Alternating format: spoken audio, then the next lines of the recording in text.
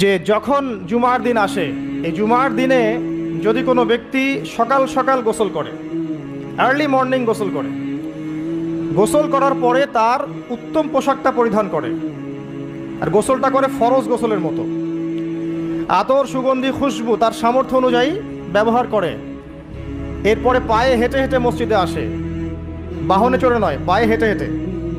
যদি আপনি অনেক দূরে থাকেন সেটা আলাদা কথা। এবং ইমামের কাছাকাছি বসে, মসজিদে আসার পরে যতটুকু সম্ভব হয় সুন্নত পড়ে নিল, নফল পড়ে নিল, এরপর ইমামের কাছাকাছি এসে বসলো, ইমামের খুতবা শ্রবণ করে মনোযোগের সাথে। খুতবা শ্রবণ করার সময় কাউকে কষ্ট দেয় না। কাউকে কষ্ট দেয় না মানে হচ্ছে যে কেউ কথা বললে তাকে এতটুকু বলে না যে তুমি চুপ করো, কোনো কষ্ট দেয় না। ইমামের খুতবা শ্রবণ করে, নামাজ পড়ি